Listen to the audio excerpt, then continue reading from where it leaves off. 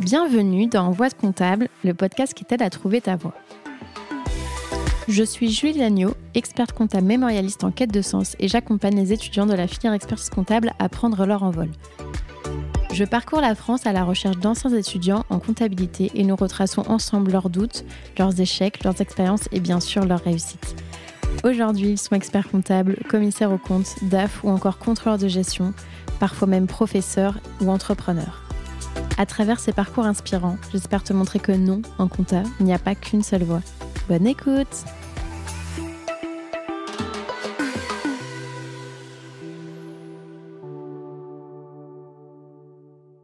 Ce podcast est rendu possible grâce au label Copilote. Le label Copilote, qu'est-ce que c'est ? C'est une alliance de cabinets indépendants qui les accompagne dans leur développement RH, marketing, digital, commercial, bref, tout ce dont un cabinet entreprise a besoin.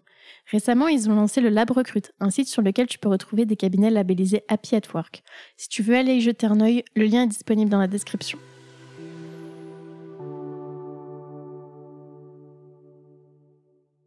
Du coup, quand tu choisis de faire ton mémoire sur un peu les neurosciences, le neuromanagement, est-ce que tu as des retours peut-être de ton maître de stage ou ton contrôleur ou qui comprennent, ou je sais pas, des amis qui comprennent pas trop pourquoi tu vas sur ces sujets-là, est-ce qu'ils sont plutôt à t'encourager ou à te dire c'est bizarre comme sujet Alors, en fait, il y a aujourd'hui c'est une amie, mais c'est ma prof, dont j'ai parlé, ma prof de compta, qui s'appelle Odile Barbe, qui est quelqu'un qui est très connu dans la profession par rapport à tout le volet IFRS. D'ailleurs, elle aimerait bien s'en détacher un peu aujourd'hui. Je lui dis, au détour on fait les jurys d'intégration aux écoles de commerce ensemble, et elle me dit, tu en es où du mémoire ? Donc on est 3 ans ou 4 ou 5 après le diplôme. Et je lui dis, oh là là, je vais... Mon client vient de dire qu'il voulait plus travailler avec moi, mais de toute façon, moi, je veux faire quelque chose qui a rien à voir. Je veux ramener le management et l'humain dans les cabinets, donc faire un... Donc pour toi, il y avait... Enfin, si tu dis ramener, ça veut dire que pour toi, tu l'avais pas vu ou il y en avait pas d'humain et de management dans les cabinets. Il n'y en a pas assez. C'est-à-dire que quand les confrères, je ne vais pas me faire des amis en disant ça, quand les confrères disent, ça m'est déjà arrivé, mon premier congrès que je faisais, oui, la première source, quelque part, de dépenses, c'est les collaborateurs. C'est le premier poste de charge de nombreux cabinets.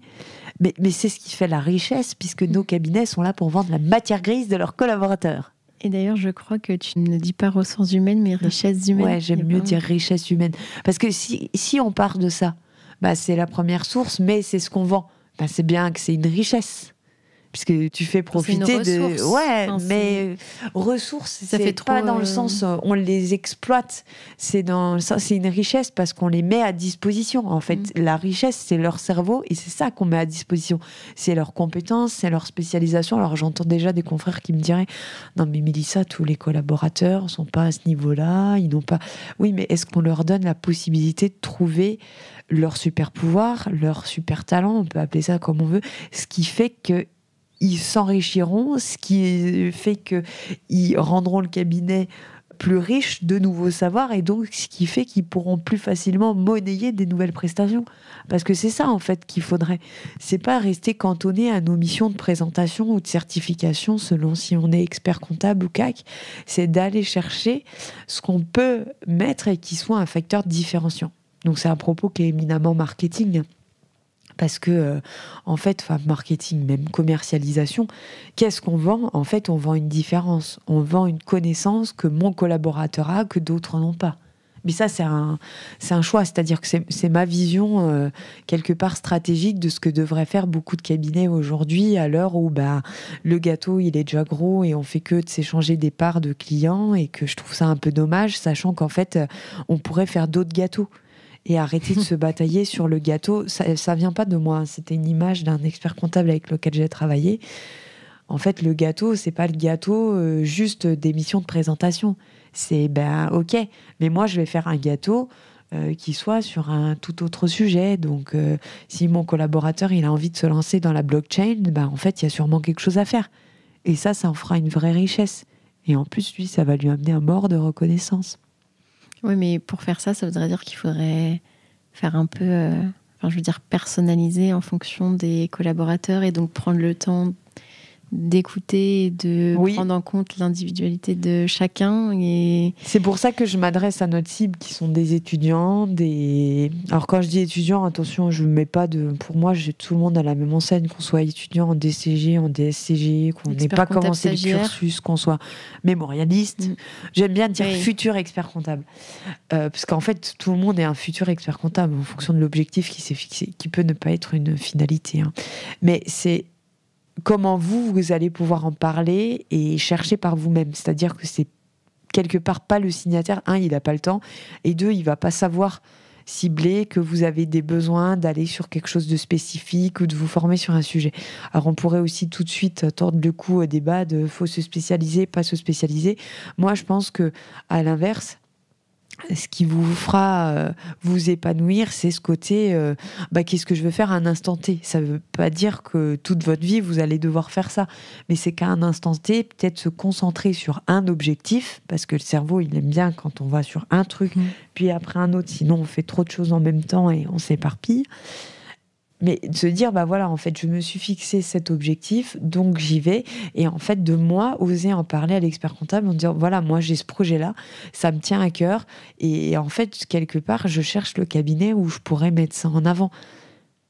Et donc là, en fait, l'expert comptable va quelque part pas avoir le choix de dire, ah, effectivement, on peut réfléchir à quelque chose ou pas, et de voir comment il peut. Mais parce qu'en fait, dans l'idéal, il faudrait qu'effectivement, l'expert comptable prenne le temps de cerner les motivations à minima de ses salariés moteurs pour être sûr de savoir s'ils se sentent bien, parce que dans ma vision de l'expert comptable, c'est un peu le rôle d'un expert comptable. D'un dirigeant. Dirigeant.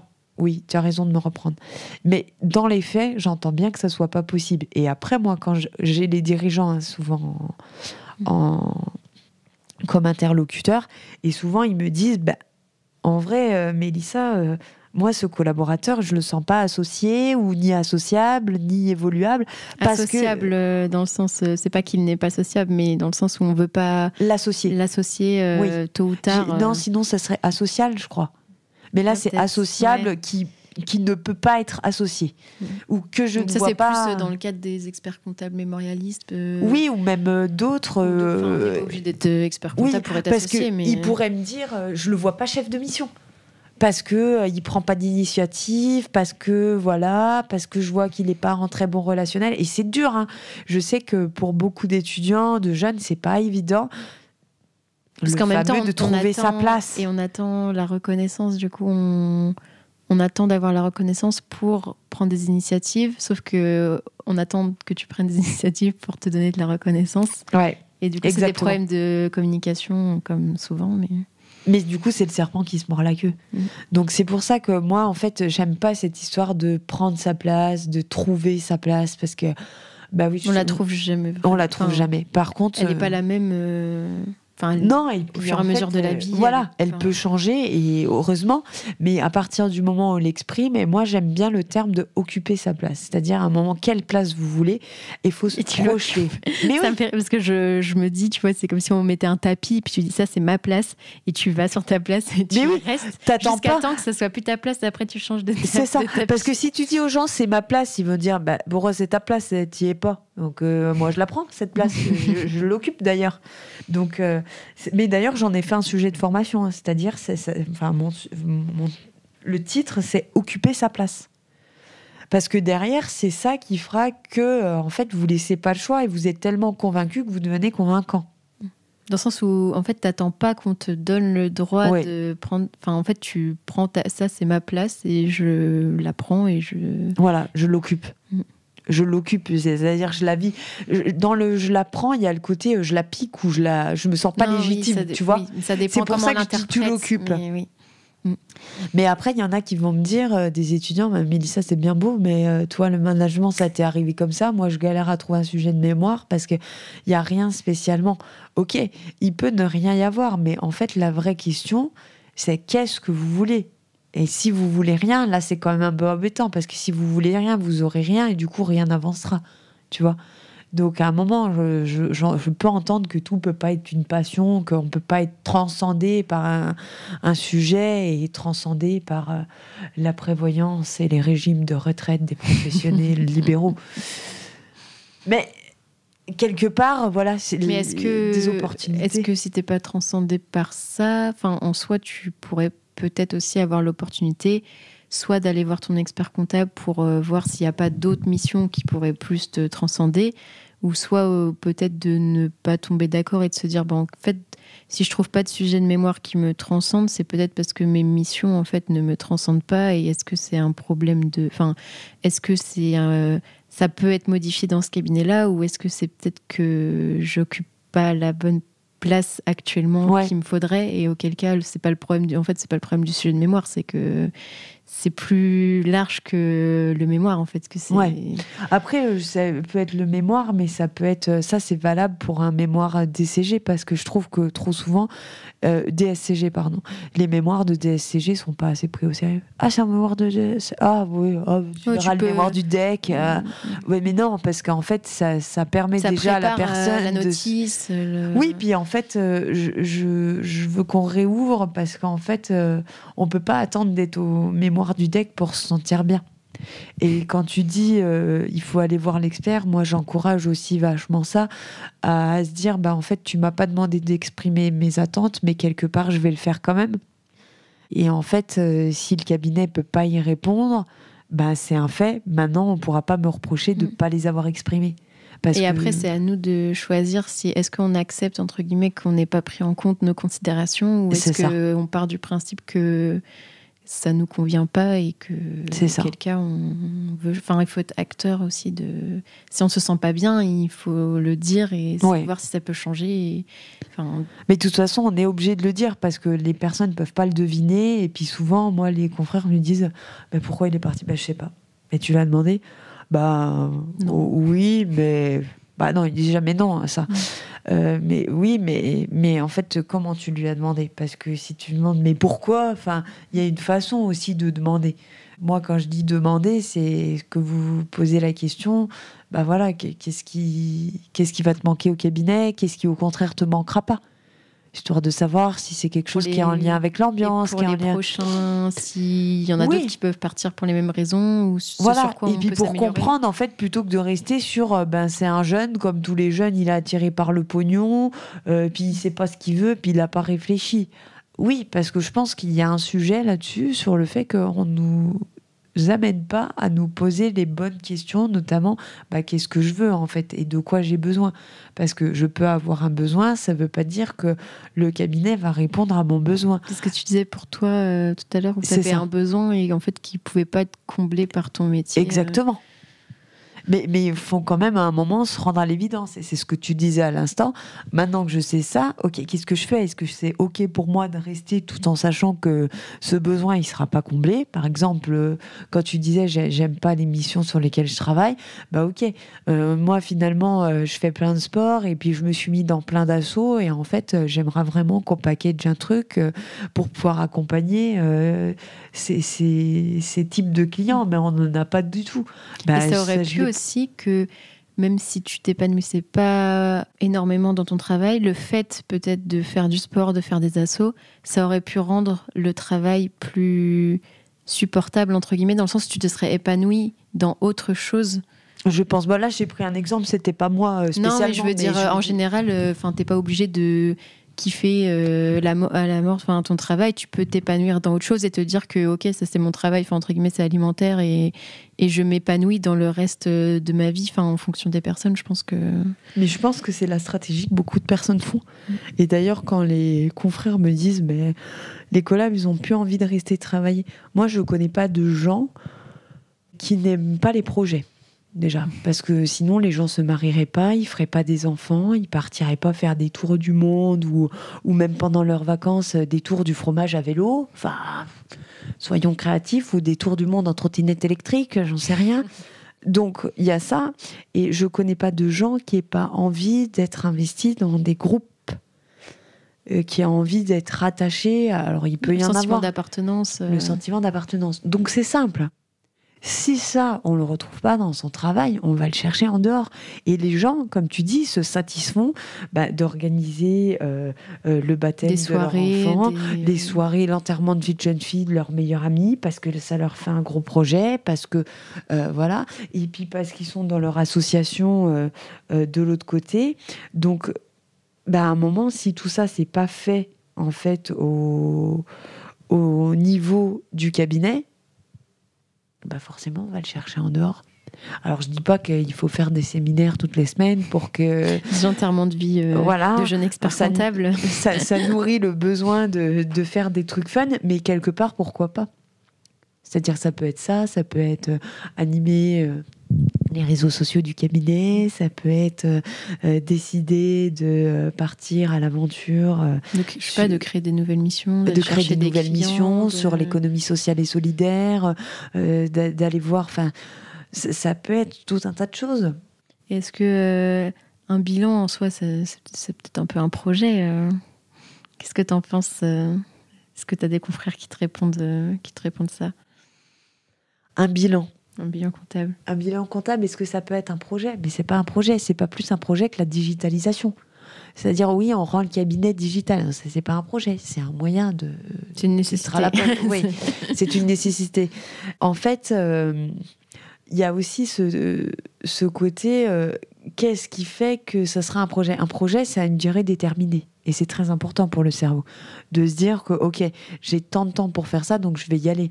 Ce qui fait aujourd'hui qu'on n'a pas de projet dans les cabinets, c'est parce qu'en fait, on n'est pas foutu. Je parle mal. On n'est pas en mesure d'intégrer dans la vie de nos cabinets quelque chose comme ça qui a une date de début, une date de fin. Et c'est normal. Si, il y a la période fiscale. Oui, mais ça, c'est par la force des choses. C'est parce qu'en fait, on a les délais.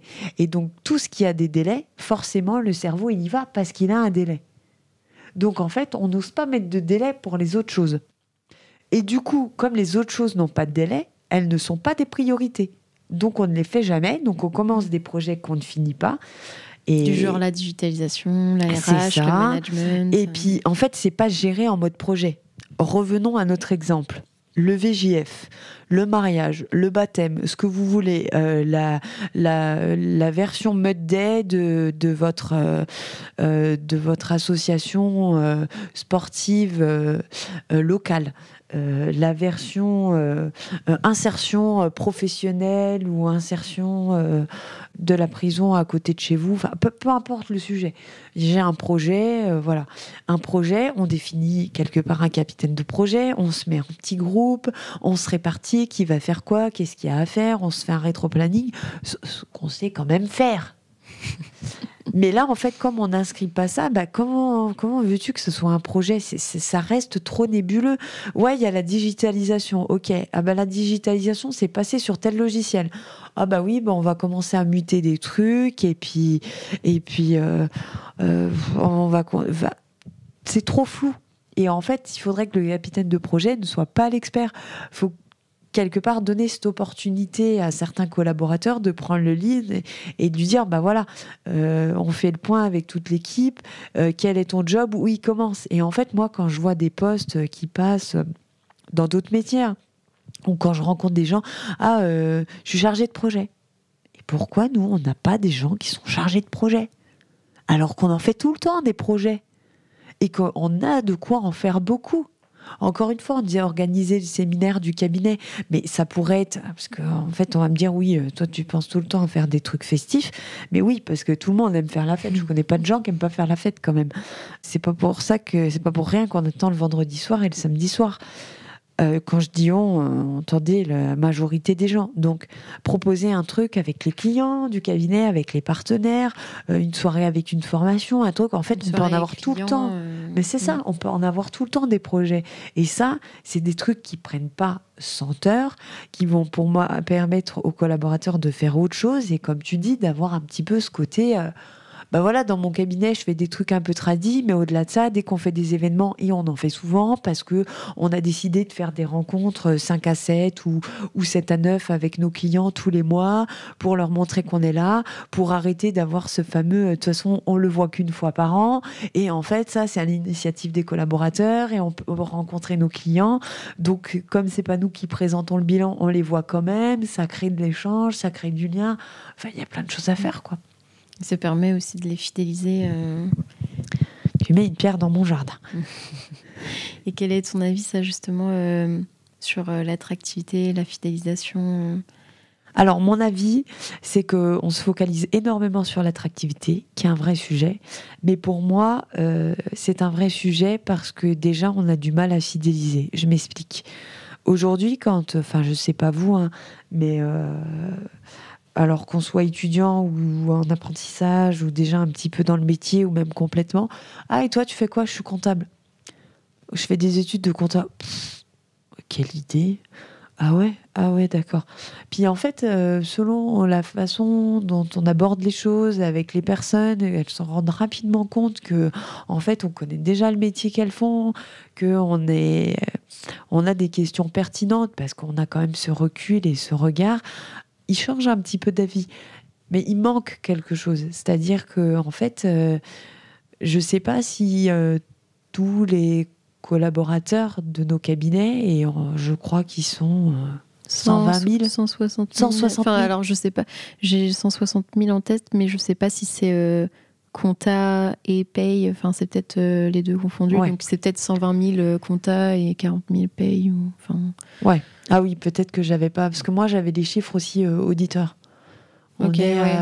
Enfin, ça donne un ordre de grandeur, mais... Est-ce que tous, quand ils sont en société ou en famille, hein, sans dire qu'on soit avec des amis à l'apéro, parce qu'on va dire que je pense qu'à faire l'apéro, mais en famille le dimanche ou au moment du café, est-ce que toutes ces personnes disent de leur job oh c'est génial, moi je m'éclate dans ce que je fais, vraiment j'ai trop de chance, d'ailleurs tu devrais bosser en cabinet parce que franchement c'est cool, il y a plein de dossiers, il y a plein de sujets hyper intéressants, tout le monde croit qu'on fait de la compta, mais on peut faire du droit, on peut faire du social, on peut faire de la com, on fait du marketing, en fait on fait de la vente, mais oui, on fait tout ce qu'on conseille à nos clients sans être les cordonniers les plus mal chaussés. Et accessoirement, on fait un peu de compta parce qu'on aime bien pouvoir être factuel et montrer des chiffres parce que c'est parlant et pas parce que c'est barbant. Mais au-delà de ça, j'ai peur que les dimanches midi, au moment de la tarte aux pommes, toi, ça va? Bah ouais, tu vas faire quoi cet après-midi? Bah, je vais rouvrir mon ordinateur et bosser un peu. Ah bon? Oh là là, vraiment, hein, qu'est-ce que c'est que ce métier hein, où tu travailles même le dimanche? Bah, tu sais, mamie, on est en période fiscale. Oh oui, mais quand même, t'as pas idée. Non, mais c'est valable comme ça que 6, 7 mois par an. Oh oui, mais enfin, tu te rends compte? Et puis, tu vois les heures que tu fais la semaine? Bah ouais, mais... Bah, et je vous parle pas de ceux qui disent là, je suis à bout, c'est ma dernière période fiscale.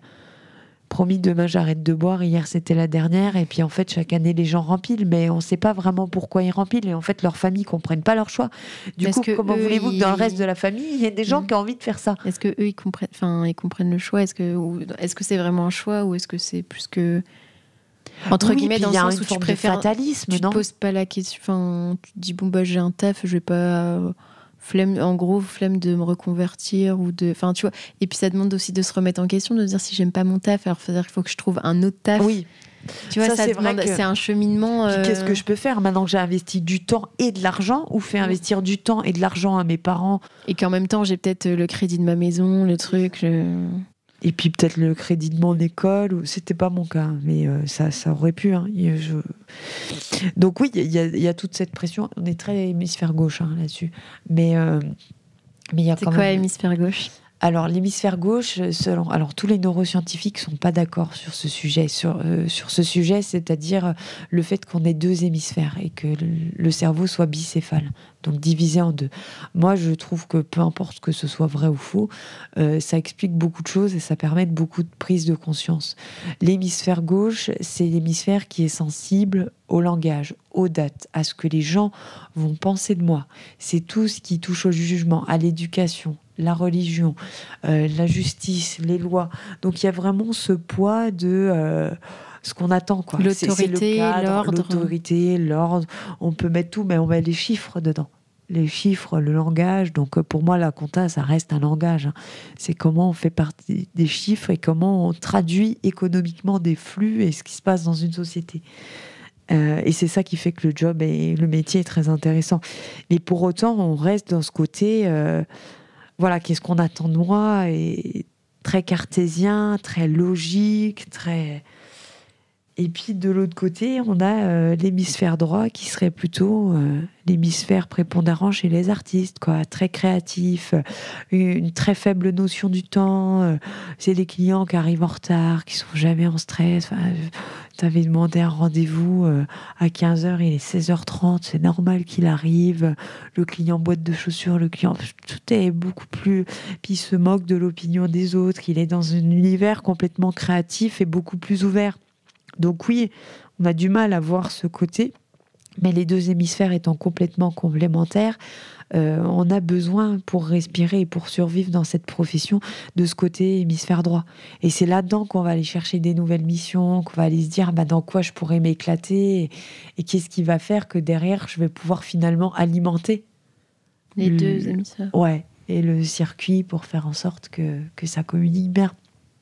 Je sais même plus, on était rendu, je pense qu'on était rendu à ton mémoire. Ouais. On disait que, est-ce que ça, c'était quoi? Je crois que je t'avais posé la question si tu avais eu des retours positifs ou négatifs, et que c'était, en fait, on te disait, il faut faire plus une approche expert comptable. En quoi ça pourrait intéresser un expert comptable? Les neurosciences, ça l'intéresse parce que c'est pour la performance de son cabinet. Est-ce que toi, comment tu as vécu l'écriture du mémoire? Est-ce que tu as galéré?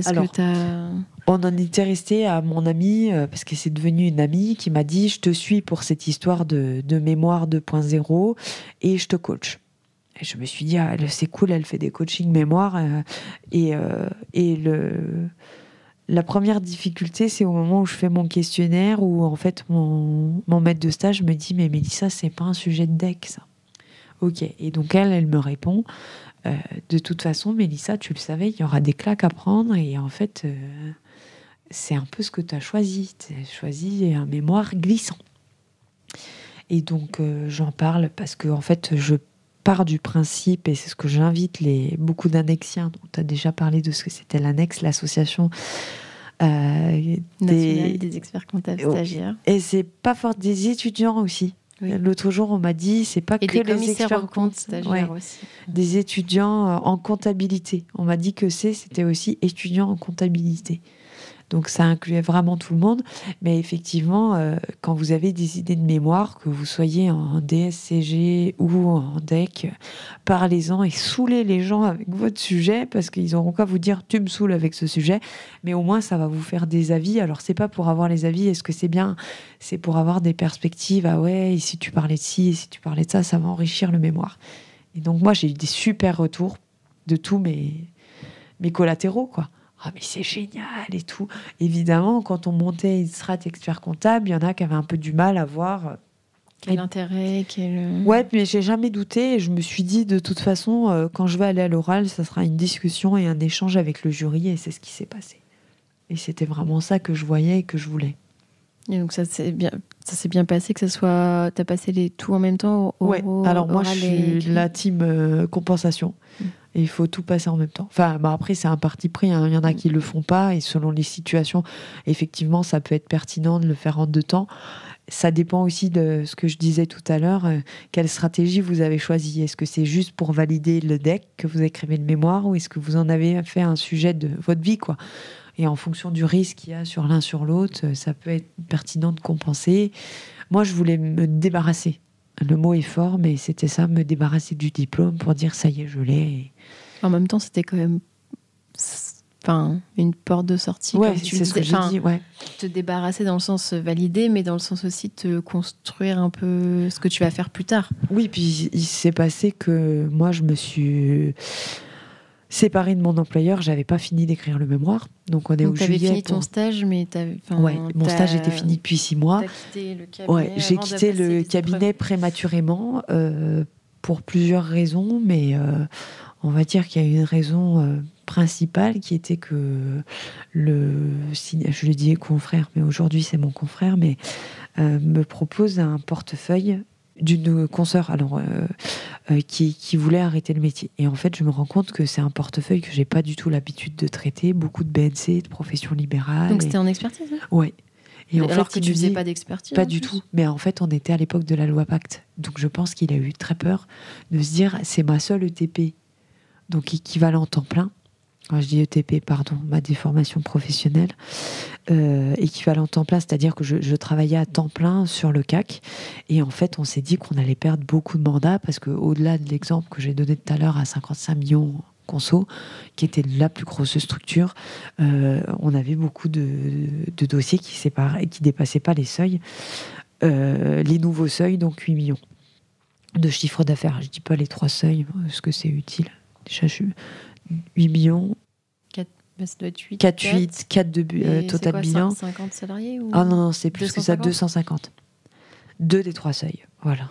Pour ceux qui réviseront le deck, on peut dire. Ou le DSCG, vérifiez quand même vos sources. Hein. Pensez, audite, vérifiez vos sources. Et donc. Et là, tu te dis, super, je vais pouvoir faire des liasses et des TVA. Je me dis, en fait, en bonne auditrice, si on rachète la clientèle, ok, mais moi, je veux aller voir. Je vais aller voir sur place. Et puis, on pourrait dire aussi qu'il n'a pas été tout à fait transparent parce qu'il m'a dit, c'est plus près de chez vous, vous ferez moins de route, sauf que la consoeur, elle était chez elle. Donc en fait, j'allais pas aller travailler dans sa maison. Enfin, c'était pas sa maison, elle avait une dépendance, mais enfin, j'allais pas aller travailler chez elle. Donc je me suis dit, oui, d'accord, c'est pas cool. Pourquoi moi ? Parce que vous serez la prochaine diplômée. Mais à aucun moment on n'a parlé argent. Et moi, il y a des fois, j'aime bien qu'on mette carte sur table, il n'y a pas de sujet. L'argent peut ne pas être un moteur, ça reste le nerf de la guerre.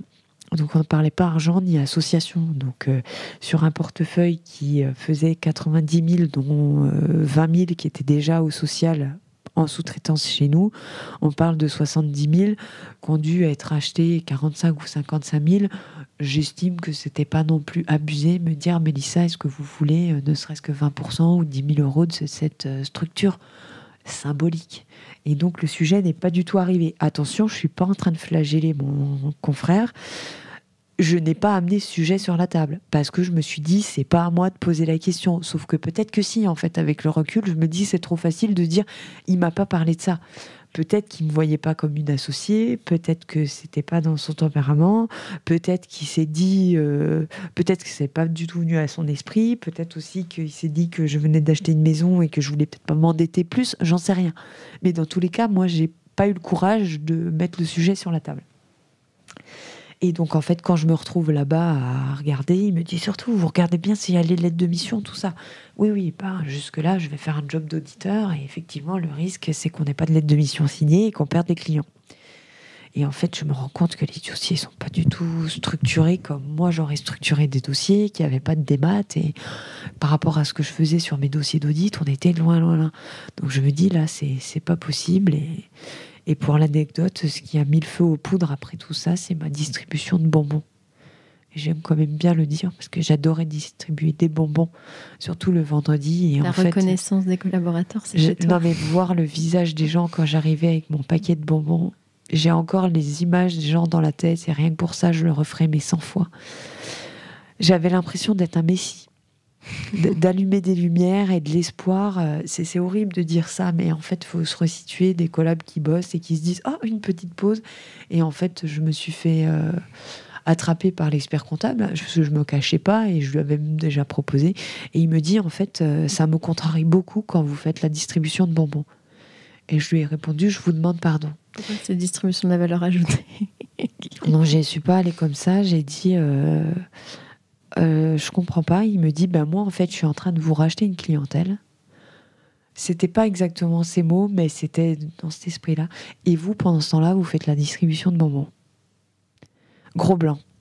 Et là, je lui dis, ok. Il me dit, l'un n'empêche pas l'autre. Ouais. Et il me dit, vous comprenez? Je lui ai répondu, non, je ne comprends pas. J'entends, mais je ne comprends pas. Et la colère m'est montée. Et je me suis dit, là, en fait, c'est plus possible.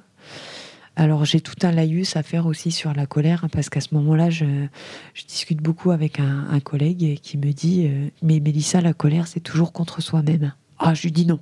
Là, il faut vraiment que tu m'expliques parce que je suis pas d'accord. Il me dit, c'est pourtant simple. En fait, tu es en colère contre toi parce qu'à un moment, tu offres ta liberté et tu vas contre ce qui était le plus important pour toi. Je lui dis, ben oui, il a raison. Donc, qu'est-ce que je peux faire? Mais dans tous les cas, au final, je me rends compte pour beaucoup de choses, c'est quand on est en colère, c'est qu'est-ce que j'aurais pu faire que je n'ai pas fait et qui fait que je m'en veux à moi-même. Quelque part, parce qu'à un moment, on ne peut pas anticiper les comportements des autres et surtout, on n'est pas responsable de ce qu'ils nous disent ou de ce qu'ils font. C'est leurs actes, c'est leurs gestes et ça a un effet sur nous, mais qui ne peut pas être de la colère, qui peut être du dégoût, qui peut être de la tristesse, qui peut être... Mais en fait, à un moment, c'est qu'est-ce que moi, j'aurais pu faire pour éviter cette situation? Et s'il n'y a rien que je pouvais faire, en même temps, ça ne sert à rien que je m'en veuille. Mais donc, je me dis, quel est le moyen pour moi de ne plus être en colère? Et de là, je me dis, c'est de m'en aller. Donc me voilà au mois de juillet, le mémoire pas écrit, je m'en vais. Comme ça, t'as eu le temps de l'écrire. C'est ça. J'ai eu le temps de l'écrire et puis de me dire, en fait, je vais monter et visser ma plaque. On avance. 2 heures? Non, combien de temps? Là, 1h50. Oh. Et donc, du coup, tu as tout eu ton diplôme du premier coup. Ouais. Et quand tu l'as, tu réagis comment? C'est un soulagement? En fait, je m'y attendais. C'est ça qui est horrible. Hein. La reconnaissance active, pas du tout. Les gens me félicitent. Je savais que j'avais plutôt bien réussi les écrits. Même si j'avais des doutes pour la révision, qui était l'épreuve qui me faisait peur. Et puis, en fait, je me suis dit... Il y a une amie qui a été diplômée avant moi qui m'a dit, mais de toute façon, ce que je lui ai dit, le risque, c'est que j'ai 6 et que ce soit éliminatoire. Elle me dit, mais si tu as 6 et que tu as bien réussi ton mémoire et que tu as bien réussi la déonto, ils te remonteront un petit peu. Parce que déonto, je pensais avoir 17. J'ai eu 16, puisqu'ils ont enlevé un point suite à un litige. Mais moi, j'avais bien compris la question, donc j'aurais dû avoir 17. Voilà, c'était l'ego qui avait besoin de le dire. Et en fait... je me dis, en fait, 17, 6, et même 10 au mémoire, il y a moyen que ça le fasse l'un dans l'autre. Et donc, je me dis, alors c'est sûr que je serai diplômée. Et en fait, j'ai été diplômée. Donc, je me suis dit, c'est cool, une bonne chose de faite. Qu'est-ce qu'on fait maintenant? Et j'avais eu la chance de faire la préparation aux écrits avec Pinheiro Vargas à l'ENOS. Grand personnage, grand homme, j'ai envie de dire, très inspirant. Enfin, moi, je l'ai trouvé très, très inspirant. Et il disait toujours, la vie commence après le DEC. C'est-à-dire que beaucoup de gens se disent, ça y est, j'ai atteint, mais il ne faut pas le voir comme ça, il faut le voir comme un commencement. Après, quand tu rentres dans le cursus, c'est toujours la finalité. Et après, moi, pour le vivre, c'est plus tu t'en rapproches, plus tu te dis mais du coup, après, je ferai quoi? Parce que une fois que je l'aurai... tu risques de te retrouver... Mais après, encore une fois, je ne veux pas faire ma donneuse de leçons. Il n'y a pas de bonne ou de mauvaise situation. Scribe, c'est... peut-être que le DEC, c'est juste quelque chose à rajouter à ma panoplie parce que je suis chef de mission et que ça fait des années que je suis là. Parce que mes parents seraient fiers que j'ai mon DEC. Parce que je ne peux pas ne pas l'avoir. Parce que mamie l'a eu et parce que ma mère l'a eu et que du coup c'est un cabinet familial et que il faut que je l'aie parce que ça existe, il y a tous les cas de figure. Mais en tout cas, on peut aussi le passer et que ça change notre vie après. Je crois que c'est ce que Cyril, si tu nous écoutes, ce que Cyril dit aussi, par exemple, dans ses... je crois que c'est dans ses shows mémoire, du coup, où il dit que ça doit être en fait, que si ta vie ne change pas après le DEC, entre guillemets, je caricature, mais du coup, est-ce qu'il y a vraiment besoin de passer le DEC si... Moi, je suis un peu de cet avis-là. Après, encore une fois, il n'y a pas de bonne ou de mauvaise réponse. Mais je me dis, quitte à avoir fait tout ça, c'est pour qu'il y ait quelque chose après. C'est pas pour prendre le bout de papier et le mettre sur un... c'est un peu dommage. L'encadrer et puis... Puis c'est pareil, moi je trouve que ça ouvre tellement de portes et ça permet de faire tellement de choses. On y arrive enfin. Qu'est-ce qu'elle fait après? Qu'est-ce que t'as fait? Alors t'as monté ton cabinet? J'ai monté mon cabinet, puis je me suis dit je vais bien voir, je vais bien récupérer des clients. Et puis alors là je me suis retrouvée, donc j'ai eu la chance d'être cofondatrice d'une association qui s'appelle Les Nouvelles Expertes, où en fait ce sont des femmes principalement, parce qu'au début on était des femmes, ça ne veut pas dire que c'est une association qui est fermée aux hommes. Alors aujourd'hui on n'est plus au format associatif, on est en coopérative, mais de se dire, on veut faire un cabinet en proposant plein de choses, mais en étant toute seule. Et nos clients ils vont se dire, très risqué. Donc, et on n'a pas forcément les moyens, que ce soit au niveau logiciel. Ou... Exactement. Il y avait tout cet aspect-là. C'est comment je me lance en étant ex nihilo sans racheter une clientèle. Donc, ex nihilo, tu peux rappeler ce que c'est? Ex nihilo, ça veut dire sans clients. On part de zéro. On part de zéro, vraiment, en chiffre d'affaires. Et il faut tout créer. Donc, au début, on a 0 client. Et puis on avance. Et donc, on partage les logiciels parce que c'est un vrai coût au démarrage. On partage des bons plans. Et surtout, on se pose des questions par rapport à nos dossiers. Et nous voilà devant une DSI, donc une déclaration sociale des indépendants. Est-ce que je mets les cotisations appelées par l'URSSAF ou celles versées par le client? Quand on a fait beaucoup d'audits, on sépare. Et en fait, je voyais passer toutes les questions de mes consoeurs. J'ai un client qui fait ci, un client qui fait ça. Et là, je me suis très vite dit, c'est pas possible, j'y arriverai pas. C'est pas pour moi. Et en plus, ça me fera même pas plaisir de trouver la solution. Donc c'est pas ça. Et en fait, j'ai la chance d'avoir une consoeur qui me dit, Mélissa, si tu veux faire du conseil en management, de la formation, ne fais que ça. Et en fait, il faut que tu prépares ça pour le jour où tu auras vraiment besoin de manger parce que tu n'auras plus tes indemnités pour l'emploi, que tu puisses manger. Mais si aujourd'hui tu cherches à manger en développant des clients, tu vas rapidement avoir un tabac, une kiné, une coiffeuse. En fait, quand je dis ça, ça veut dire de la clientèle de proximité, ça veut dire des spécificités, parce que comptablement, un tabac, ça se traite de façon particulière, surtout sur le plan fiscal. La coiffure, il y a d'autres enjeux qui sont de l'ordre de faire de la gestion, de faire davantage de contrôle de gestion, d'avoir un vrai accompagnement, que ce soit un démarrage, une reprise, etc. Une kiné, c'est une profession libérale. Donc tout est facile. Enfin, moi, on me dit, mais c'est facile. Oui, c'est toujours facile quand on sait. Moi, je faisais de l'audit, j'avais pas l'habitude et j'avais pas l'envie. Donc, en fait, je me suis dit, je vais devoir apprendre tout un tas de spécificités en fonction des typologies. Je vais pas pouvoir profiter parce qu'en fait, j'aurai un client de chaque. Et en fait, je vais me retrouver à 10 clients, à pas pouvoir développer ce que j'ai vraiment envie de faire et 2 ans après, à devoir manger. Donc, je ne pourrais pas lâcher mes clients, donc tout ça. Donc, j'ai la chance d'avoir cette consoeur qui me donne ce conseil génial. Et il n'en faut pas plus pour que je me dise, OK, en fait, je vais faire des formations et des interventions en cabinet sous forme de séminaire, comme ferait un consultant RH, comme ferait Alors, souvent, on me dit, mais en fait, tu es coach. Alors, moi, j'ai pas voulu avoir cette appellation. Coach, c'est souvent... Quand tu as fait pour se revendiquer coach, alors je crois qu'il n'y a pas vraiment de règles, mais des fois tu as des diplômes un peu qui te... Alors moi, je considère que ma formation en neurosciences me permettrait largement d'avoir le statut de coach. Mais en fait, je ne voulais pas ce statut parce que je vois le coach comme un coach en diététique, comme un coach sportif, avec l'image de « vas-y, je suis là, je t'accompagne, je te guide, mais je t'encourage ».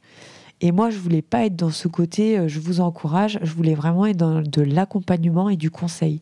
C'est-à-dire, mon objectif, c'est que je donne des conseils aux entreprises, je suis là à des moments clés et ensuite, elles se débrouillent. Il n'y a pas de sensation de dépendance et en fait, c'est un conseil parce qu'il y a une vraie valeur ajoutée à ça. Et on n'est pas tant dans l'accompagnement du coach qui est là au quotidien à regarder les objectifs, à pas être content quand ils ne sont pas atteints. Je ne me voyais pas avec cette image. Oui, plus dans le sens où tu interviens, tu donnes les clés, mais après, c'est pas toi qui vas ouvrir la porte. Enfin, s'il veut pas ouvrir la porte, non. Pas... Alors après, ça veut pas dire que je fais pas d'accompagnement. Il y a beaucoup de cabinets, d'ailleurs, aujourd'hui, quand je vends un séminaire, il y a forcément avec le suivi. Parce qu'en fait, moi, dans mes séminaires, on fait pas que du ludique, sinon il n'y a pas besoin de moi. En fait, il y a des sociétés qui distribuent des bonbons, peut-être. Peut-être distribuer des bonbons, je le fais plus parce que ça fait des caries, puis il y a plein de gens qui ont plein d'allergies, donc je distribue plus de bonbons. Sauf les zigotos réglisse. Non, c'était une blague. Donc, en fait, je me dis, Un accompagnement, c'est un séminaire, c'est assorti de suivi. On réfléchit sur les enjeux stratégiques du cabinet et en fait, on permet aux collaborateurs de créer leur parcours. Donc c'est ça que je voulais faire. Et en plus, je voulais faire de la formation. Aujourd'hui, j'ai la chance de pouvoir travailler en collaboration avec la Compagnie nationale des commissaires aux comptes. On a créé un outil qui permet de cerner les motivations en fait des auditeurs. Donc motivation au sens de l'approche neurocognitive qui est donc la formation que j'ai faite pour savoir vraiment dans vos tâches du quotidien, qu'est-ce que vous faites avec quelle motivation. Est-ce que ça vous le faites parce que vous aimez, c'est presque du plaisir, enfin c'est du plaisir. Est-ce que vous vous êtes fixé l'objectif parce que vous voulez le mettre sur votre CV? Est-ce que vous le faites clairement sous la contrainte? Est-ce que vous rêvez de faire ça parce que ça ferait bien sur mon compte LinkedIn? Et donc en fonction de tout ça, derrière, on va pouvoir attribuer des domaines de compétences à différents types de motivations, définir un rôle et pouvoir ensuite faire matcher ce rôle avec différentes prestations et missions que peut proposer le commissaire aux comptes. Donc en fait, je suis vraiment dans une logique d'accompagnement, de création d'outils qui est tournée sur la profession. Parce que aujourd'hui, le diplôme me donne cette crédibilité et quelque part, c'est triste, mais les gens ont besoin de ça. De se dire, elle sait de quoi elle parle. Donc, je fais de l'accompagnement de la profession. Pour avoir travaillé avec beaucoup de cabinets, quelles sont les problématiques que tu vois un peu dans le management? Alors, dans le management, je pense que ça va paraître un peu bateau, mais en fait, c'est que les gens, ils savent pas par quel bout prendre les collaborateurs. Et on se retrouve dans ce qu'on disait tout à l'heure, c'est pas évident d'aller communiquer. En vrai, c'est une question de communication. Alors, c'est pas que les gens ne savent pas quoi dire ou qu'ils sont trop introvertis pour se parler, c'est qu'ils ne savent pas comment communiquer. Est-ce qu'il faut, c'est dur. Surtout que si tu vois, si l'expert comptable il a son bureau tout au fond, ou est-ce que du coup, est-ce que je peux aller le déranger est-ce que je dois lui envoyer un mail pour lui dire que je veux lui parler? Est-ce que je peux aller toquer à sa porte pour lui parler? Ça, j'ai pas la réponse parce que ça dépend du manager. Non, mais ça dépend. Là, je disais en tant que collaborateur, je veux dire, on peut se poser ces questions-là. Bien sûr, mais il faut. Et à ce moment-là, il faut poser la question. Oui, c'était pas une question vers toi, c'était plus je réfléchissais à voix haute de me dire, oui, on peut se demander est-ce que je dois lui envoyer un mail, est-ce que je dois l'appeler, est-ce que je dois aller toquer à sa porte, est-ce que je vais pas le déranger, Mais quand je dis j'ai pas la réponse, c'est que c'est la première question qu'il faut poser à l'expert comptable. Voilà. Est-ce que j'ai un sujet, quelque chose dont j'aimerais parler avec vous, et en fait je sais pas si je vous envoie un mail, si je peux venir vous déranger. Et en fait, c'est lui qui va vous dire comment il faut faire. C'est-à-dire qu'il va vous donner ses clés. En fait. Ouais. Mais déjà, de poser cette question, il va voir que vous êtes dans une vraie démarche de communication, mais surtout de respect de sa personne, de son temps, de la préciosité, je ne sais pas si ça se dit, mais de son temps. Et en fait, vous allez lui donner de la considération. C'est-à-dire, en tant que collaborateur, c'est important aussi de donner de la considération à l'expert comptable avec lequel on travaille. En mode... J'ai bien conscience que tu as autre chose à faire que de régler mes problèmes d'état d'âme ou de discuter avec moi. Quoique, c'est aussi le rôle d'un dirigeant de gérer ses équipes. Mais au demeurant, j'attends ça de toi. Mais quand je dis de considération, c'est parce qu'il y a beaucoup de confrères qui n'ont pas signé pour ça, et je les comprends. Et c'est pas contre les collaborateurs, c'est parce qu'en fait, ils savent pas comment réagir. Et que du coup, ça les met dans une posture où ils savent très bien que c'est leur rôle, mais ils sont pas à la hauteur, et quelque part, ça leur prend beaucoup de cases, beaucoup de charge mentale, parce qu'ils se sentent démunis face à ça. Donc rien que de lui dire, voilà, je suis désolée, je savais pas comment vous demander, mais pour les prochaines fois, dites-moi si vous préférez que j'envoie un mail, Et moi, je vous assure que je recommande la même chose aux experts comptables. C'est-à-dire que je leur dis, en fait, selon les collaborateurs, c'est à vous. Je parlais de mon outil à l'instant. Oui, mais Mélissa, comment on fait avec les collaborateurs? Je dis, ça dépend un peu de vos collaborateurs. C'est-à-dire, il y en a, vous allez pouvoir leur en parler entre deux couloirs et de leur dire, tiens, j'ai trouvé un nouvel outil. Et en fait, c'est un guide et on va le descendre ensemble. Je te l'envoie par mail ou je vous l'envoie par mail.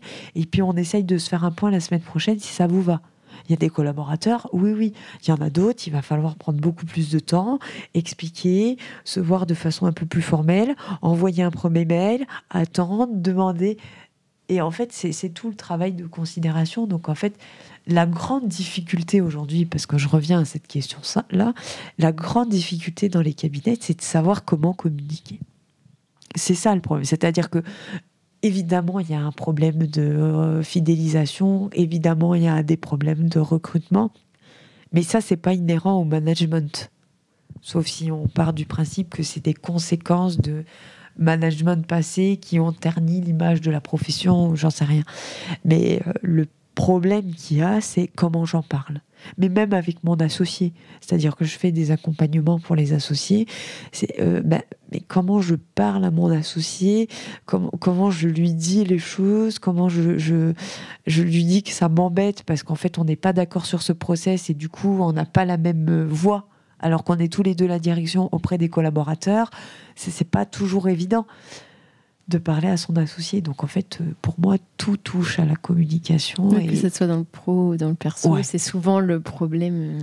Et puis c'est du basique, hein, mais c'est le point de démarrage. Et c'est ce qui fait que souvent ça crée des conflits parce que derrière, on rentre dans des suppositions. Non mais tu te rends compte, il croit que j'ai que ça à faire. Non mais tu te rends compte, il a attendu tout ce temps pour venir m'en parler. En fait, on ne sait jamais sur quel pied danser. C'est pour ça que je dis, les collaborateurs, oui, ils se posent la question de comment ils doivent faire, comment. Mais à partir du moment où vous posez la question, faut y aller, quoi. C'est-à-dire, j'y vais et je pose cette même première question qui sera déjà un pied, qui va me permettre d'amorcer le sujet. Ah bah oui, parce que peut-être que l'expert comptable va répondre, mais vous vouliez me parler de quoi ? Bah en fait, j'ai eu une idée, vous savez, je suis beaucoup sur le monde associatif, ou alors, en fait, c'est un petit peu difficile à dire, et pour moi, je préférerais vous le dire par mail, mais je vous avoue que je me sens pas très bien si c'est passé quelque chose avec un client. Enfin, j'en sais rien. Mais d'amorcer le truc, vous allez voir tout de suite s'il est à l'écoute, pas à l'écoute, comment vous allez... Et généralement, en fait, ne serait-ce que de poser cette question, ça va le soulager à se dire, bon, il prend le temps de me demander ce que je préfère, donc en fait, s'il vient me voir, c'est que c'est aussi très important. Je vais lui donner en retour le temps et la considération pour son problème. Là, je suis très embêtée sur ce dossier, parce que ça peut être un problème technique, hein. Mais pareil, il y a des confrères qui vont préférer avoir les problèmes techniques par mail. Ça, ils vont regarder leur boîte mail le samedi matin, puis ils vont nous répondre le samedi pendant que nous, on est en week-end. Mais c'est s'adapter au mode de fonctionnement de chacun. Bon, on est très centré cabinet, hein, pour un podcast qui devait être sur qu'est-ce qu'on fait en dehors des cabinets et quand on n'est plus expert comptable. Non, mais c'est intéressant aussi et de dire que faut pas forcément... Comme on le disait tout à l'heure, la reconnaissance passive, faut pas non plus forcément tout attendre de son manager et que des fois, il faut aller chercher ce qu'on a envie ou ce dont on pense qu'on a besoin. Mais on en revient aussi à mon histoire de colère, c'est-à-dire qu'à un moment, ça serait trop facile d'être en colère contre son manager, à dire « Oui, tu te rends compte, il vient jamais me demander comment ça va. » Mais en fait, est-ce que là, on n'est pas déjà en colère contre soi parce que soi-même, on aurait dû aller lui dire « Bah là, ça va pas. » Je sais pas, hein, c'est une vraie question. Ça veut pas dire qu'il peut pas avoir un comportement déplacé, hein, ou qu'il peut pas se conduire comme un mauvais manager. On a tous des moments où on dit un mot plus haut que l'autre, où on est énervé par quelque chose et que le pauvre collaborateur qui passe à ce moment-là, il est pas très bien reçu. Du coup, est-ce que tu peux nous dire un peu qu'est-ce que tu préfères alors dans ton métier ? Ce que je préfère, c'est les interactions humaines. Faire des podcasts à 23h dans un Airbnb. Ouais. Alors que c'est semaine de congrès, ça fait 2 heures et tu les vois pas passer. Non, pourquoi je dis les interactions humaines ? Parce que c'est pour moi aujourd'hui ce qui est le plus enrichissant. Et ce que j'attends de ma vie, c'est-à-dire pas de mon métier, c'est d'être enrichi, mais humainement parlant. C'est-à-dire que moi, l'argent m'apporte pas un vrai enrichissement.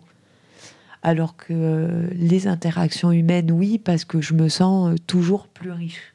Parce que tu apprends toujours des nouvelles choses. Ouais, et puis c'est même pas tant un besoin d'apprentissage, hein.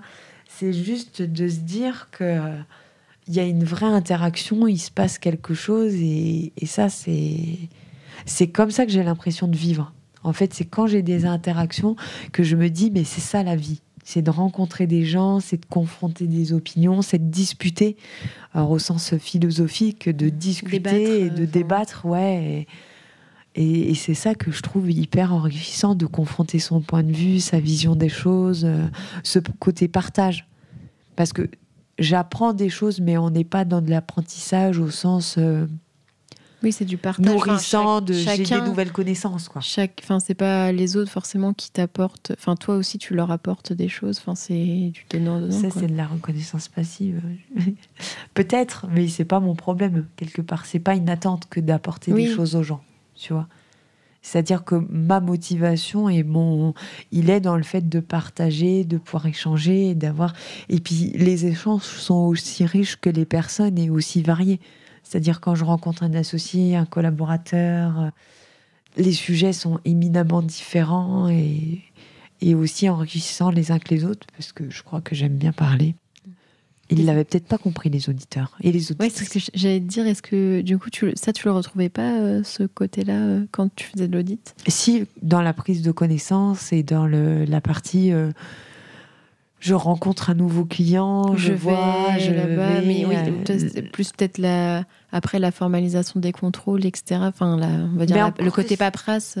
Ouais, c'était vraiment moi les questionnaires et le fait de me dire, mais en fait le sens global, même si ça me nourrit parce que j'ai des interactions, mais en fait je passe énormément de temps et d'énergie à formaliser des choses qui derrière sont ou pas utilisées ou pas restituées. Moi, j'avais un gros sujet et déjà à l'époque, je voulais qu'il y ait des restitutions aux clients sous un autre format que le rapport.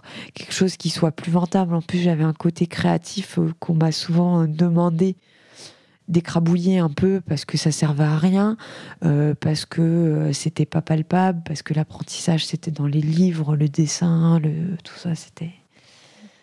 Donc, mais sauf qu'en fait, ça plaisait beaucoup. Dès que je faisais ne serait-ce qu'un support, en fait, de mettre son L823-16, donc en fait, c'est le code de commerce qui nous impose de pouvoir faire qui nous impose. C'est un article du code de commerce. Donc, les commissaires aux comptes dépendent du code de commerce qui propose de faire des retours, notamment sur le contrôle interne par rapport à notre mission. C'est réglementé, donc on fait un courrier aux dirigeants et en fait pour moi ce courrier il est de nouveau trop formel, c'est-à-dire qu'on l'envoie puis il se passe rien, le client le reçoit avec le rapport ou avant avec sa lettre d'affirmation, super. Ce que je voulais c'était pouvoir présenter comme on présenterait un bilan en fait. Voilà, moi j'ai trouvé ça, voilà le risque c'est ça, et là de donner du sens à tout ce que j'ai trouvé. Et d'avoir de l'échange. En fait, c'est aussi simple que ça. Hein. Et qu'est-ce que tu aimes le moins alors ? Est-ce qu'il y a des choses que tu n'aimes pas ? Franchement dit, c'est la partie logistique. Ça me prend énormément de temps. C'est quelque chose que finalement je peux difficilement déléguer. Je m'étais toujours dit, moi, si ma première collaboratrice ou mon premier collaborateur, ça sera une assistante de direction. Un assistant de direction. Oui, un assistant de direction.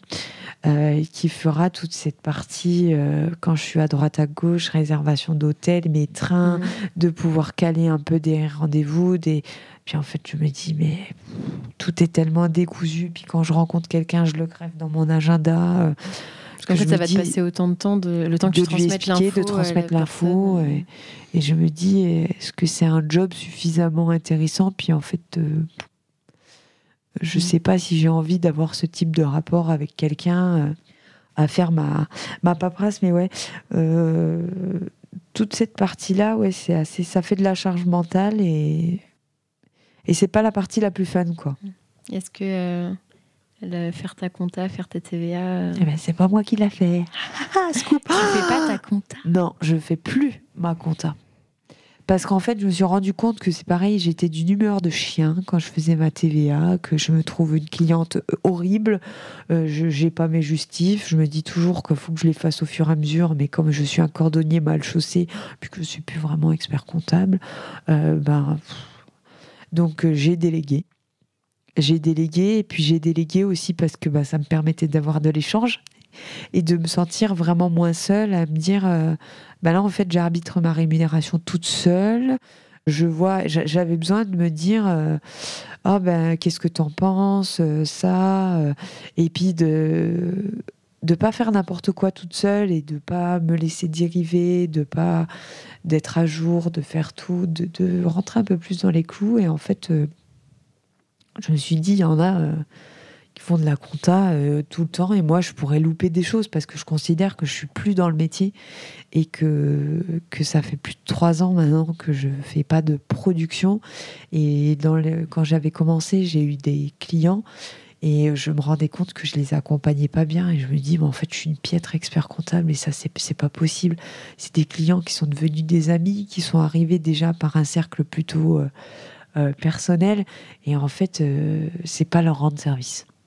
Et donc je considérais ne plus faire. Et c'était pas me rendre service que de faire ma compta, parce qu'en termes d'énergie ça m'en consommait énormément et ça ne m'en donnait pas du tout. Au niveau équipe, vie pro, vie perso, comment tu gères? Alors pour moi alors à la fois il y a une partie de moi qui a envie de te dire que ça n'existe pas. Pourquoi ça n'existe pas? En tout cas pour toi. Oui, pour moi, oui. C'est pour ça que je te dis qu'il y a une partie de moi. Alors, oui, j'ai bien conscience que j'ai une vie personnelle et plus intime quelque part, dont je parle assez peu, parce que j'estime que ça ne regarde pas spécialement les gens. Mais à la fois, si on parle de moi en tant que Mélissa, qui peut être une femme, une épouse, une amie, une collègue, une manager, une salariée, enfin, si je reste autour de moi une maman, une fille... si je regarde que par rapport à moi, je me dis en fait, il y a plein de domaines de vie qui relèveraient du perso, qui finalement sont contaminés, alors si le mot est fort, par du pro. Typiquement, quand je parle avec des amis de ce que je fais dans mon travail, ou qu'on réfléchit à faire des interactions parce qu'on s'aime bien et parce qu'on s'est connus par le biais du travail ou pas, mais qu'aujourd'hui on est amis, quand on s'appelle, est-ce que c'est du pro ou est-ce que c'est du perso? Est-ce que là, quand on tourne un podcast, est-ce que c'est du pro ou est-ce que du perso? Je sais pas. Je vais encore y réfléchir. En fait, je te propose, pour ma saisie des temps, de faire une clé de répartition. En 70-30. 70 perso ou 70 pro? 70 perso. Mais moi, finalement, tout tourne autour du perso, parce que c'est moi, quand j'ai pris mon mandat au Club des jeunes experts comptables, je me disais, c'est clairement du perso, puisque quelque part, il n'y a pas de rémunération. C'est un engagement associatif. C'est un engagement associatif, mais bon. Mais en même temps, ça t'enrichit, comme tu c'est disais. Ça. Et puis en même temps, effectivement, mais... ça peut me donner pas le porte-monnaie, parce que moi j'ai personne pour travailler quand en même temps, je suis c'est un canal d'acquisition potentiellement. Ça peut être un canal d'acquisition, même si c'est pas forcément le premier le premier objectif, et puis c'est pas non plus forcément à ça qu'on pense quand on s'investit à ce niveau-là. Mais ça m'amène à une autre question que tu avais préparée. Si j'ai des engagements ailleurs, tu parlais de l'enseignement. Et donc, je donne des cours en école de commerce, donc dans l'école où j'étais. Et j'avais commencé par les cours de compta, mais c'est pareil, ça me ressemblait plus tellement. Donc, en fait, j'ai basculé. Tu confondais toujours débit crédit. Oui, tu sais, j'y arrive toujours pas. Alors, c'était un peu compliqué. Et du coup, j'ai pu prendre le cours de conduite du changement, qui est un cours qu'on donne aux spécialisations dites expertise conseil, qui en partie leur permet d'avoir les équivalences sur l'UV management, et dans laquelle je m'éclate, parce que c'est là que à la fois je sème des graines pour que les étudiants trouvent rapidement le sens qu'ils veulent donner à leur vie, et donc par le biais finalement de leur métier, parce que le métier est pour moi une stratégie professionnelle pour répondre à des objectifs de vie. Tes objectifs de vie, ils sont pas pro ou perso, ils sont forcément perso, mais ils sont liés à toi. Donc on peut pas dire il y a des objectifs pro. Enfin, pour moi, c'est compliqué de dire ça, parce que si tu prends mon cas, l'épanouissement, en fait, oui, ça va passer grandement par le pro. Mais quelque part, c'est compliqué. Après, pour en revenir à l'enseignement, ça me permet de semer des graines en disant le métier auquel vous vous préparez peut être autre chose que ce que vous vivez en stage ou en césure ou en apprentissage, et qui peut vous ouvrir des portes si vous arrivez à les pousser et à occuper la place que vous voudrez.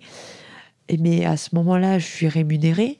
Je crois que j'ai de la chance d'avoir au moins 66 € de l'heure, mais par rapport à l'investissement que j'y mets, la préparation, la relecture de leur dossier, il y a une grande partie de bénévolat. Et à ce moment-là, je suis pas dans du pro parce que ça vient pas nourrir directement mon business. Encore que, on pourrait dire que je sème des graines pour quand ils seront dans leur cabinet, ils disent faut faire un séminaire avec Mélissa. Mais tu le fais pas pour ça. Mais je le fais pas pour ça. Donc en fait, est-ce que c'est du perso ? Ça rentre pas dans la case de perso, mais ça rentre dans ma case globale objectif de vie qui est l'épanouissement. Parce qu'en fait, je préfère raisonner en objectif de vie. Quel est mon objectif de vie ? D'avoir des interactions les plus authentiques possibles avec les personnes que je fréquente. Ça vaut pour quelqu'un qui t'interviewe pour un podcast. Je dis ça pour toi, je peux dire ça pour Cyril. Je vois ça avec... alors, j'aime pas dire mes clients, parce que souvent, mes clients sont des partenaires.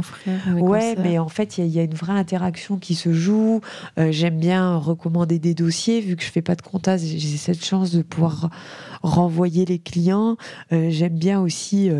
ce qu'on appelle les partenaires dans la profession, c'est nos éditeurs de logiciels, c'est les gens qui nous accompagnent, avec qui on peut avoir des relations et des interactions très authentiques, ciblées sur la profession, sur l'avenir, sur tout un tas de sujets. Ça peut être quand on croise son docteur, quand on va chez le cordonnier, enfin... Je peux pas te dire quand c'est pro. Ce que je sais, que ça rentre souvent dans mon objectif de vie, enrichissement, partage... Est-ce que ça répond à ta question ? Oui, mais est-ce que donc toi tu trouves que c'est équilibré, à ton sens, parce qu'en fait il y a pas de, en fait tu distingues du coup le pro du perso. Enfin, est-ce que du coup, je pense que du moment que si t'es pas en burn-out, c'est qu'on va dire que c'est équilibré. Je pense que l'équilibre, mais il est propre à chacun. Oui, il peut pas être 50-50, il est peut-être 70-30. Clairement, le fait de me mettre à mon compte m'a permis d'avoir une autre forme d'équilibre, c'est-à-dire de me dire je m'organise un peu comme je veux et je travaille finalement moins. Mais quand je dis je travaille moins, je suis moins à me dire il faut que je sois sur mon ordinateur, j'ai plus de latitude, et ça, c'était une façon d'être équilibrée, parce que je respectais un autre de mes besoins, qui est le fait de sentir que je suis libre de m'organiser. Ça, c'était quelque chose qui était important pour moi. Donc, en fait, c'est ça qui fait mon équilibre, parce que c'est comme quand on est auditeur. Il y a être indépendant, puis l'apparence. Là, c'est pareil. Il y a être libre et puis avoir l'apparence de liberté. Et finalement, c'est plus souvent dans l'apparence de liberté. C'est-à-dire, j'ai l'impression d'être libre. Bon, au final, quand j'ai une demande, un dossier, quelqu'un qui veut que je le rappelle, j'ai forcément la contrainte de ne pas attendre 2 mois. Donc, mais j'ai l'apparence d'être libre. Et ça, c'est ce que je voulais. Tu voulais l'apparence, du coup ? Ou tu voulais le... Oui, parce qu'en vrai, on n'est pas vraiment libre. On n'est pas vraiment libre. Moi, il y a des fois, je me suis dit, ces jours-là, je travaille pas, ou je veux pas travailler. Sauf que tu as quelqu'un qui t'envoie un message. Ou que tu as une grosse mission et que tu te dis... à la fois, c'est compliqué de la refuser parce que c'est une belle mission. Belle mission parce que financièrement intéressante. Belle mission parce que humainement et en termes d'interaction intéressante. Donc, c'est difficile de dire non. Donc, en fait, on n'est jamais vraiment libre pour moi. Mais en apparence, je m'organise comme je veux. Et ça, du coup, ça contribue à mon équilibre, parce que sur d'autres sujets, j'ai vraiment l'impression de pouvoir m'organiser comme je veux. Est-ce que tu es fière de ton parcours ? Oui. Oui, on peut pas... Si je dis non, c'est mon côté... il faut être meilleur que moi-même, et la meilleure version de soi-même, et je supporte pas ça. Ça va, tu l'as eu. Ton père qui voulait que tu aies le diplôme, tu l'as eu. Ouais, mais depuis, je suis passée à un autre niveau, parce que c'est bien beau de se cacher derrière ses parents. On est assez grand pour se mettre nos propres exigences, et puis pour les mettre encore plus hautes que ce qu'eux-mêmes n'attendaient de nous. Donc, il y a cette notion de fierté, mais après, c'est vraiment une fierté au quotidien. C'est-à-dire que c'est ça qui fait que, aujourd'hui, je suis satisfaite, demain, je suis satisfaite, et de me dire, je vais pas chercher des points où je suis pas satisfaite.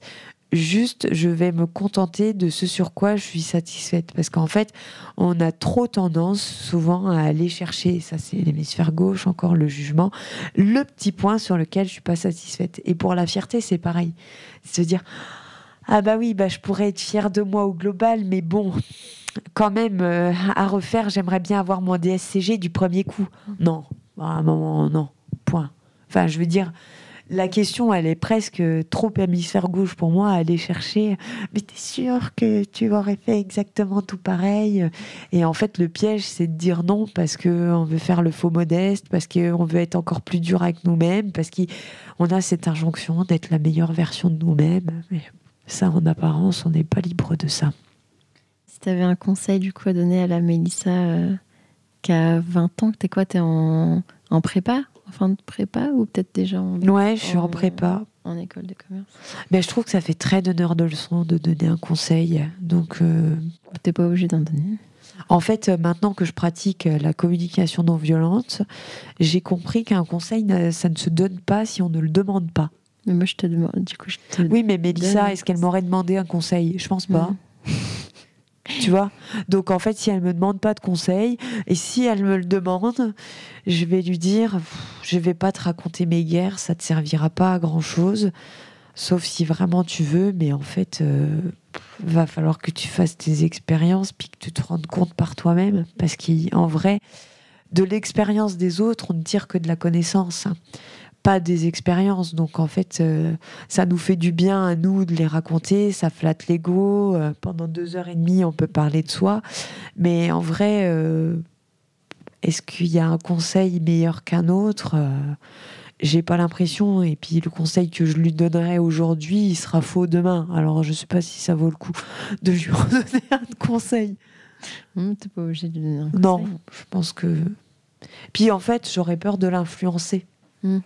Tu vois, alors que elle sera déjà bien assez influencée. Parce que si tu lui dis, je sais pas, écoute ce que tu as envie, bah, si ça se trouve, ok, donc ça veut dire que en fait, je dois être coach sportif. Ouais, mais je sais pas si à ce moment-là, elle veut faire ça. Non, mais peut-être que ça l'influencera après de se dire, ah ok, elle m'avait dit, écoute ce que tu as envie, et là, j'ai envie d'être coach sportif, donc ça veut dire que c'est forcément ça qu'il faut que je fasse, alors que en fait, c'était pas... Ouais, mais peut-être pas. Hein. Peut-être que j'aurais eu besoin d'y aller pour voir, et puis pour me dire... Non, mais en fait, ça passe. En fait, je vais faire du conseil. Peut-être que ça t'aurait plu, parce que tu as quand même de l'échange avec les personnes. Oui, mais j'y ai déjà pensé. Je me suis dit, est-ce que ça aurait suffisamment nourri mon cerveau? Et j'ai pas la réponse. C'est-à-dire, est-ce qu'au bout d'un moment, j'aurais pas eu envie de parler avec des gens de liasse fiscale, de conseils aux dirigeants, de cerveau, de dopamine, de tout ça, tu vois? Je sais pas. Bon, bah écoute, je te remercie, Mélissa, pour ton temps, pour cette interview de 2h30. Oh, c'est tout, ça va. Tu t'attendais à pire?